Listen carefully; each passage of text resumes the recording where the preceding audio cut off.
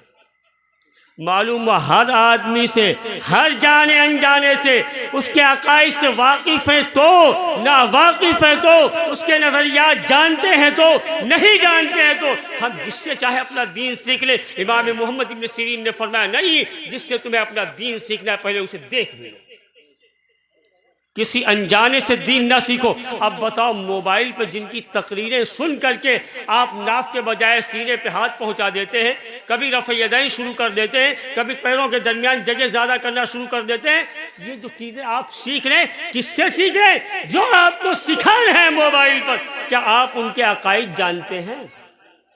ارے جانتے ہیں آپ؟ تو بغیر جانے آپ نے کیسے سننا شروع کر دیا اور ان سے کیسے آپ تعلیمات نبوی حاصل کرنے لگے؟ جبکہ مسلم نے روایت کیا ہے، فرماتے ہیں فانظروا امن تاخذون دینکم، جن سے تم اپنا دین سیکھ رہے ہو پہلے انہیں دیکھ لو وہ کیا ہے۔ آپ نے غور کیا وہ کیا ہے؟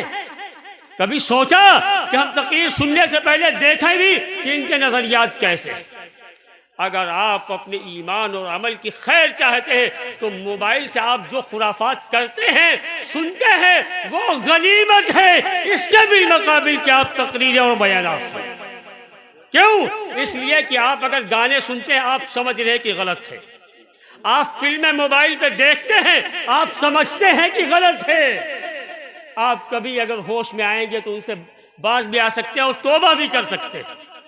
لیکن آپ بیانات سنتے ہیں تو کیا سمجھ کے سنتے ہیں کہ ہم گناہ کر رہے ہیں، غلط کر رہے ہیں؟ آپ اسے صحیح سمجھتے ہیں کہ ہم تو تقریر سن رہے ہیں، ہم تو حدیثیں سن رہے ہیں، ہم تفسیر سن رہے ہیں، تو آپ تو ایک اچھا کام کر رہے ہیں اپنی سمجھ سے، تو آپ اسے چھوڑیں گے بھی نہیں۔ اس لیے آپ جو اور خرافات کرتے ہیں اس سے ایک وقت آپ بچ سکتے ہیں، لیکن یہ جو آپ بیانات سنتے ہیں، جیسے اس وقت آپ عام طور پہ دیکھا ہوگا، ہم بھی سنتے ہیں اور آپ بھی سنتے ہوں گے، مرزا محمد علی انجینئر۔ اب ذرا یہ بتائیے کہ یہ مرزا محمد علی انجینئر، کیا اس کے آگے مولانا یا شیخ وغیرہ بھی کچھ لگا ہے؟ آپ سنتے ہیں نہیں سنتے؟ انجینئر ہے نا وہ۔ اب بتائیے احادیث جس نے سمجھا نہیں، جس نے احادیث سیکھا نہیں، انجینئرنگ کورس کرنے والا اگر احادیث بیان کرے گا، اندازہ لگائیے کہ ان احادیث میں کتنی سچائی ہے۔ میں نے انجینئرنگ نہیں سیکھی، اگر میں کسی عمارت کا نقشہ بنا کے دوں گا اس نقشے کا کیا حال ہوگا بتائیے۔ میں نے ڈاکٹری نہیں سیکھی، اگر میں کسی کا علاج کروں گا اس مریض کا حال کیا ہوگا بتائیے گا۔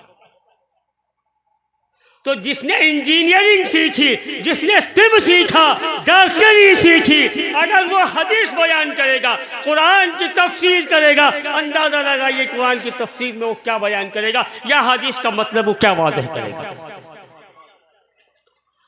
اب ظاہر سی بات ہے آپ سمجھتے ہوں گے حدیث کا سمجھنا آسان کام ہے، حدیث کا سمجھنا اتنا مشکل کام ہے۔ ایک مولوی حدیث پڑھنے سے پہلے 8 سال کھپاتا ہے تاکہ 8 سال پڑھنے کے بعد حدیث پڑھنے کی صلاحیت پیدا ہو جائے، اور 9ویں سال میں اسے حدیث کی کتابیں دی جاتی ہیں۔ جتنے علماء بیٹھے پوچھ لو کیا ان کو بخاری پہلے دے دی گئی تھی؟ جبکہ پڑھنے کا مقصد صرف قرآن حدیث ہی ہوتا ہے۔ علم حاصل کرتا جو مولوی بنتا ہے 10 سال لگاتا ہے، اس کا مقصد صرف قرآن حدیث کا سمجھنا ہوتا ہے۔ لیکن قرآن سمجھنے کے لیے اس سے پہلے اس کے سمجھنے کی صلاحیت پیدا ہونی چاہیے، حدیث سمجھنے کے لیے اس سے پہلے حدیث سمجھنے کی صلاحیت پیدا کی جاتی ہے۔ تو 8 سال پڑھانے کے بعد پھر حدیث کی کتاب پکڑائی جاتی ہے۔ کیوں؟ اس لیے کہ شروع میں بچہ لائق نہیں کہ وہ حدیث سمجھ سکے، تو حدیث سب سے آخر میں دی جاتی ہے، 10ویں سال میں، 9ویں سال میں۔ اس سے پہلے 8 سال تک دوسری کتابیں پڑھائی جاتی ہیں جن سے حدیث سمجھنے کی صلاحیت پیدا ہو جائے۔ ہم نے سمجھا کہ ہم حدیث سمجھ گئے۔ ایک حدیث میں بطور مثال پیش کرتا ہوں، عام طور پہ غلط فہمی میں مبتلا ہو جاتے لوگ۔ ایک حدیث میں آتا ہے کہ ہر فرض نماز کے بعد تسبیح فاطمہ پڑھو۔ ارے سب لوگ پڑھتے بھی ہیں تسبیح فاطمہ، سبحان اللہ، الحمدللہ، اللہ اکبر پڑھی جاتی تسبیح، ہر فرض نماز کے بعد کا ثبوت ہے۔ بعضوں کو دیکھا ہوگا آپ نے، امام صاحب نے السلام علیکم ورحمۃ اللہ کہا، اس کے بعد سنتیں پڑھنی ہیں، کچھ لوگ تسبیحات میں لگ گئے، کچھ لوگ اپنے اٹھے اور نیت باندھی سنتوں میں لگ گئے۔ ہر فرض نماز کے بعد، اس کے 2 مطلب ہیں۔ ہر فرض نماز کا مطلب 5 نمازیں ہم پر فرض ہیں، اور ہر 5 نمازوں میں سے ہر فرض نماز میں کچھ رکعات بھی فرض ہیں۔ تو فرض رکعت اور فرض نماز میں فرق ہے، اس کو نہیں سمجھ پاتے ہیں۔ فرض نماز کے بجائے فرض رکعت کے اندر رکعت پوری ہوئی، 4 رکعت ظہر میں تھی، 4 رکعت کے بعد تسبیحات چالو ہو گئی، یا مغرب میں 3 رکعت کے بعد تو اپنی تسبیحات لے کے بیٹھ گئے۔ جبکہ حدیث میں کیا، ہر فرض نماز کے بعد آپ کو تسبیحات پڑھنا ہے۔ نبی کا معمول تھا فجر کی نماز پوری ہوئی، چونکہ بعد میں سنتیں نہیں، متصلاً آپ نے تسبیحات پڑھی۔ عصر کی نماز کے بعد سنتیں نہیں ہیں، آپ نے فرض کے بعد متصلاً تسبیحات پڑھی۔ اس کے علاوہ کبھی آپ ظہر میں تسبیحات فرض کے بعد نہیں پڑھتے تھے، مغرب اور عشاء میں آپ نہیں پڑھتے تھے، اور ہم ہیں کہ ہم نے حدیث سنی ہر فرض نماز کے بعد تسبیحات پڑھنا ہے، فرض رکعت پوری ہوئی، سنتوں سے پہلے تسبیحات لے کے بیٹھ گئے۔ جبکہ علماء نے لکھا ہے فرض نماز کا مطلب بھائی آپ نے ظہر کی 4 رکعت پڑھ لی، اس کے بعد جو سنت ہوگی وہ ظہر کی نہیں کہ عصر کی ہوگی، وہ بھی تو ظہر ہی میں ہے، لیکن آپ نے 4 رکعت پڑھی، رکعت کے بعد پڑھنا شروع کر دیا، جبکہ نماز کے بعد کی بات، اور نماز پوری ہوگی جب آپ سنتیں بھی پڑھ لیں گے ظہر کی تب۔ تو علماء نے لکھا ہے کہ ہر نماز کے بعد کا مطلب یہ ہے کہ جن نمازوں کے بعد سنتیں نہیں ہیں، فرض رکعت پڑھنے کے متصلاً بعد پڑھی جائے، اور جن نماز کے بعد سنتیں بھی ہیں، جن فرائض کے بعد، وہاں متصلاً نہیں بلکہ سنتوں سے فارغ ہونے کے بعد پڑھی جائے۔ تو فرض نماز اور فرض رکعت کا فیصلہ ہم کر نہیں پائے، فرض کے امام نے سلام پھیرا اور ہم تسبیحات پڑھنے لگے، تو حدیث پڑھ سن کر کے سمجھ میں آ جائے ضروری نہیں ہے، حدیث سمجھنے کے لیے صلاحیت چاہیے، اور جب انجینئر حدیث بیان کرے گا اندازہ لگائیے صلاحیت کتنی ہوگی۔ اور ہم بھی سوچتے ہیں کہ انجینئر صاحب بیان کر رہے ہیں کہ ہاتھ نبی نے سینے پر باندھے تھے، کیا حدیث انہوں نے ہی سمجھا ہے؟ یا امام کے پیچھے قرات اگر کوئی نہ کرے، سورہ فاتحہ نہ پڑھے تو نماز نہیں ہوگی؟ ہم نے موبائل پہ سنا سورہ فاتحہ، ہم نے ترک کر دیا، ہاتھ ہمارے اب تک ناف کے نیچے تھے اور وہ اوپر پہنچ گئے، جبکہ ہاتھ نیچے رکھنا کیا حدیث میں نہیں ہے؟ آپ کو بتا دیا جائے گا موبائل پہ، یہ کہیں حدیث میں نہیں ہے، حدیث میں نہیں، تفسیر قرآن اٹھا کے دیکھو۔ حافظ ابن عبد البر رحمۃ اللہ علیہ فرماتے ہیں کہ حضرت علی رضی اللہ تعالیٰ عنہ، اب بتاؤ حدیث کو زیادہ حضرت علی سمجھتے ہیں یا تمہارا مرزا زیادہ سمجھتا ہے؟ ارے حدیث نبی کی زبانی علی نے سنی یا مرزا نے سنی ہے؟ ارے کس نے سنی ہے؟ حضرت علی۔ حضرت عبد البر رحمۃ اللہ علیہ نقل فرماتے ہیں کہ وَانْحَرْ جو قرآن میں آیا ہے اس کی تفسیر میں حضرت علی کرم اللہ وجہہ لکھتے ہیں اِنَّ مِنَ السُّنَّةِ وَضْعُ الْيَمِينِ عَلَى الشِّمَالِ تَحْتَ السُّرَّةِ، کہ سنت یہ ہے کہ داہنا ہاتھ بائیں ہاتھ کے اوپر تحت السرہ، ناف کے نیچے۔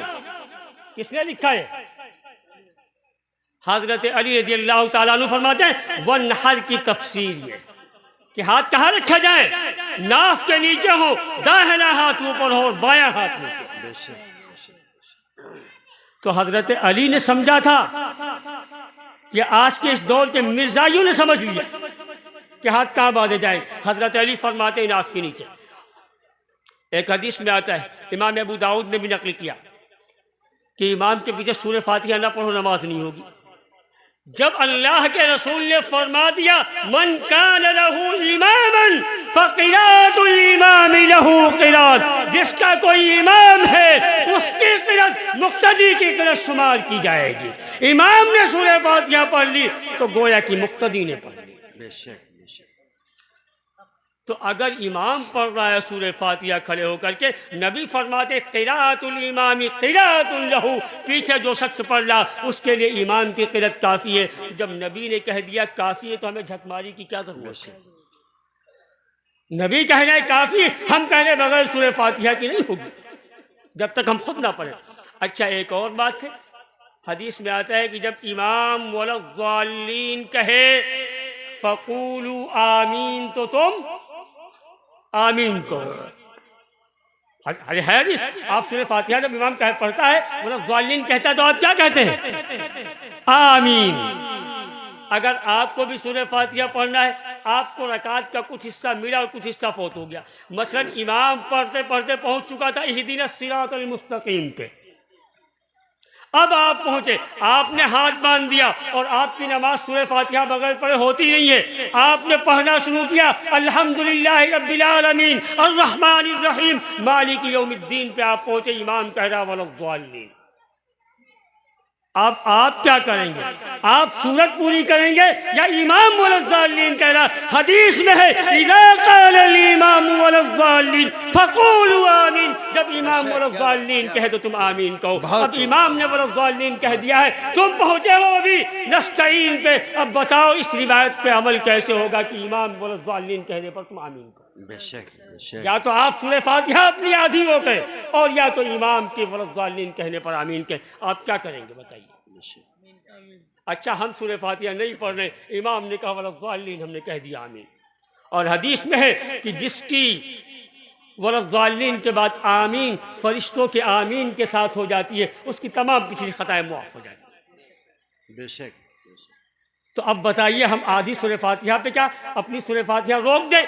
اب امام ولا الضالین کہتے ہو تو ہم آمین کہیں یا اپنی سورہ فاتحہ پوری کریں؟ بتاؤ کیا کریں گے ہم؟ بہت حق۔ تو بس نبی نے کہہ دیا، امام نے پڑھ لیا، مقتدی نے پڑھ لیا، امام کی سورہ فاتحہ مکمل، ہماری سورہ فاتحہ مکمل، امام نے کہا ولا الضالین، امام آمین کہہ رہا ہے، ہم آمین، ہمیں سورہ فاتحہ پڑھنے کی ضرورت ہے۔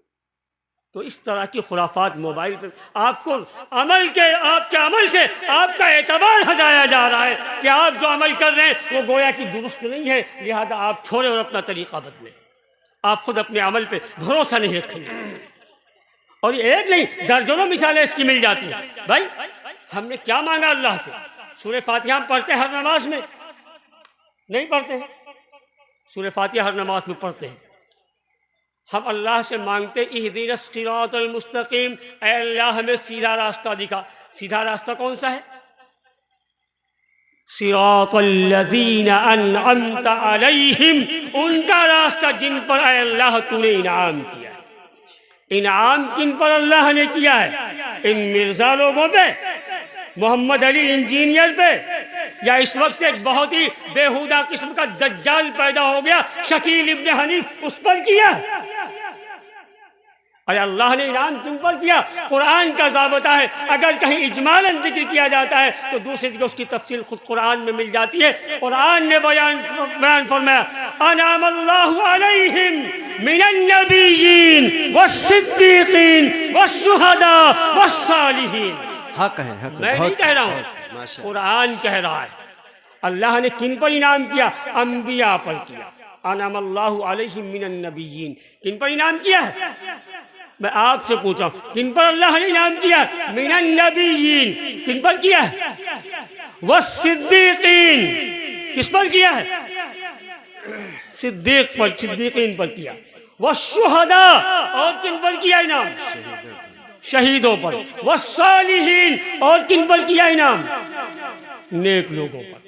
تو یہ چار جماعتیں ہیں جن پر اللہ نے اللہ خود کہہ رہے ہیں کہ ہم نے ان پر انعام کیا۔ ہم نے اللہ سے مانگا ان کا راستہ دے جن پر آپ نے انعام کیا ہے۔ تو انعام کن پر کیا؟ انبیاء کے راستے پر، انبیاء کا راستہ ہے وہ، صدیقین کا راستہ ہے، شہداء کا راستہ ہے، اور صالحین کا راستہ ہے۔ اب ذرا ایک بات میں اور کہتا ہوں آپ سے، صدیق اکبر رضی اللہ تعالیٰ عنہ صدیق ہیں یا نہیں؟ حضرت ابو بکر صدیق ہیں یا نہیں؟ ارے ہیں یا نہیں؟ ہیں۔ حضرت عمر شہید ہیں یا نہیں؟ حضرت عثمان شہید ہیں یا نہیں؟ ارے ہیں یا نہیں ہیں؟ اگر آپ کو شک ہو کہ یہ شہید ہیں یا نہیں تو میں بتاتا ہوں، نبی ایک پہاڑی پر تشریف لے جاتے ہیں، پہاڑی رعب نبوت سے لرزے میں آ جاتی ہے، زلزلہ جیسا طاری ہو جاتا ہے، لرز اٹھتی ہے، کپکپا اٹھتی ہے۔ اس پہاڑی پر نبی اپنا پیر پٹکتے ہیں اور فرماتے ہیں اے پہاڑ تو ٹھہر جا، تجھ پر ایک نبی ہے، ایک صدیق ہے اور دو شہید۔ کون کہہ رہا ہے؟ نبی فرما رہے اے پہاڑ تو ٹھہر جا، تجھ پر ایک نبی ہے، کیونکہ خود آخر الزمان جناب محمد رسول اللہ موجود ہے۔ کیا فرما رہے نبی؟ تجھ پر ایک نبی ہے، ایک صدیق ہے، سیدنا ابو بکر، نبی کہہ رہے صدیق ہے، اور کیا کہے؟ تجھ پر دو شہید ہیں۔ ساتھ میں نبی کے کون تھا؟ حضرت عمر اور حضرت عثمان غنی رضی اللہ تعالیٰ عنہ۔ تو نبی کی زبانی سیدنا ابو بکر صدیق ہے، نبی کی زبانی حضرت عمر شہید ہے، نبی کی زبانی حضرت عثمان شہید ہے۔ ہم نے راستہ کن کا مانگا؟ اے اللہ ہمیں انبیاء کا، صدیقین کا اور شہداء کا راستہ دے۔ اللہ جب دے دے ان کا راستہ تو ان کے راستے پہ ہمیں اعتماد نہیں۔ بھائی حضرت عمر کے راستے پہ ہمیں بھروسہ ہے، حضرت عمر شہید ہیں، ہم مانتے ہیں شہداء کا راستہ۔ جب حضرت عمر کے راستے پر ہم عمل کرتے ہیں تو تمہارے پیٹ میں کھلبلی کیوں مچ جاتی ہے؟ تمہارے کیڑا کیوں کاٹنے لگتا ہے؟ حضرت عمر کا راستہ کیا ہے؟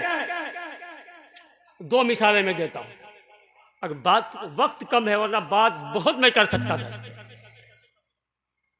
آج موبائل کے سہارے سے ہم تک ایک پیغام پہنچا ہے، زیادہ تر موبائل کا نقصان ہے اور کچھ نہیں، جی، کہ بجائے 20 رکعت تراویح کے 8 رکعت تراویح ہے۔ مسئلہ نہیں آپ تک پہنچا ہوگا، آپ نے کہاں پڑھا جو آپ تک پہنچا؟ کوئی حدیث پڑھی آپ نے؟ نہیں، موبائل پہ سنا ہوگا، یہی تو ہے۔ تو موبائل سے آپ کو پیغام پہنچا۔ اب ذرا بتائیے 8 رکعت تراویح بجائے 20 رکعت کے کہاں سے آئی 8 رکعت؟ چیلنج ہے، دعویٰ ہے، پورے احادیث کے ذخیرے میں ایک روایت کے سوا 8 رکعت پڑھنے والا اگر کوئی دوسری روایت دکھا دے تو جو کہے میں اس کے لیے تیار ہوں۔ معمولی بات میں نہیں کر رہا ہوں، جو بھی سزا دے اس کے لیے میں تیار ہوں۔ ایک روایت، اور وہ بھی وہ روایت رب ذوالجلال کی قسم ایسی روایت پیش کی جاتی ہے جس سے تراویح کا کوئی تعلق نہیں۔ جو 8 رکعت تراویح میں حدیث آپ نے موبائل پہ سنی ہوگی یا پیش کرنے والے پیش کرتے ہیں، اس حدیث کا کوئی بھی تراویح سے تعلق نہیں۔ وہ روایت تراویح کے لیے پیش کی جاتی ہے جس سے 8 رکعت وہ ثابت کرتے ہیں۔ وہ روایت کیا ہے میں بتاؤں؟ حضرت عائشہ رضی اللہ تعالی عنہا کی روایت ہے۔ وہ فرماتی ہیں کہ نبی کریم صلی اللہ علیہ وسلم کی رمضان اور غیر رمضان میں رات کی نماز 11 رکعت ہوتی ہے۔ اللہ کے رسول صلی اللہ علیہ وسلم کی نماز کے بارے میں آپ حضرت عائشہ نے کیا فرمایا کہ اللہ کے رسول صلی اللہ علیہ وسلم کی رمضان اور غیر رمضان میں رات کی نماز 11 رکعت ہوتی تھی۔ اگر تراویح مراد ہے، اگر یہاں 11 رکعت سے مراد تراویح کی 8 رکعت ہے تو بات سمجھ میں آتی ہے کہ 8 رکعت تراویح اور 3 وتر۔ بات ذرا سمجھنے کی کوشش کیجیے گا، اگر یہاں 11 رکعت سے تراویح مراد لے رہے ہیں تو 8 رکعت تراویح اور 11 رکعت 3 رکعت کیا ہوں گی؟ وتر ہوں گی۔ لیکن تراویح سے کیسے لے لیا جائے؟ کیونکہ حدیث میں کیا ہے کہ رمضان اور غیر رمضان، یعنی رمضان کے علاوہ بھی آپ 11 رکعت پڑھتے تھے اور رمضان میں بھی 11 رکعت پڑھتے تھے۔ تو اگر صرف رمضان کا تذکرہ ہوتا تو ہم مان لیتے تراویح ہے، لیکن غیر رمضان کا بھی تذکرہ ہے تو معلوم ہوا تراویح صرف قیام رمضان کو کہا جاتا ہے، رمضان میں جو آپ نے نفلیں پڑھی اس کو کہا جاتا ہے۔ معلوم ہوا غیر رمضان میں بھی آپ پڑھتے تھے، لہذا یہ تراویح نہیں ہوگی۔ تو پھر کون سی نماز ہوگی؟ یہ تہجد کی نماز ہے جو آپ پورا سال رمضان میں بھی پڑھتے تھے اور غیر رمضان میں بھی پڑھتے تھے۔ تو آپ نے یہ رمضان اور غیر رمضان جب ہمیشہ پڑھا ہے تو تراویح پھر 8 رکعت بیچ میں کہاں سے آ گئی؟ اس کے علاوہ کوئی ان کے پاس مستدل نہیں۔ ہم بھی موبائل پہ سن کر کے ہمارے اندر بھی یہ برائیاں پیدا ہو رہی، ہم نے بھی 20 رکعت سے اعتماد اٹھا دیا، جبکہ حضرت عمر رضی اللہ تعالیٰ عنہ کے زمانے میں 20 رکعت پر صحابہ کا اجماع ہو چکا تھا۔ حضرت عمر نے سب سے پہلے باقاعدہ 20 رکعت میں قرآن حکیم سنایا ہے،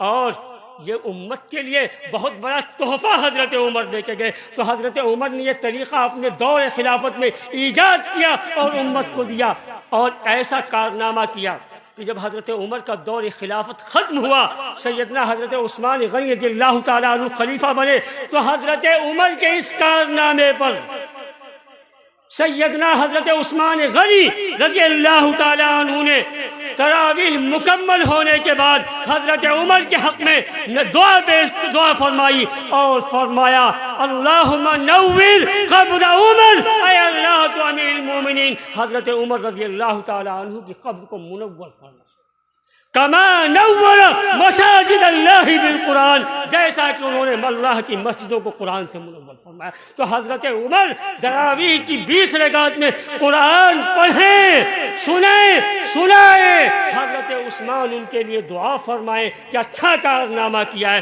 اور ہم کہیں کہ حضرت عمر کی یہ ایجاد کردہ ایک بدعت۔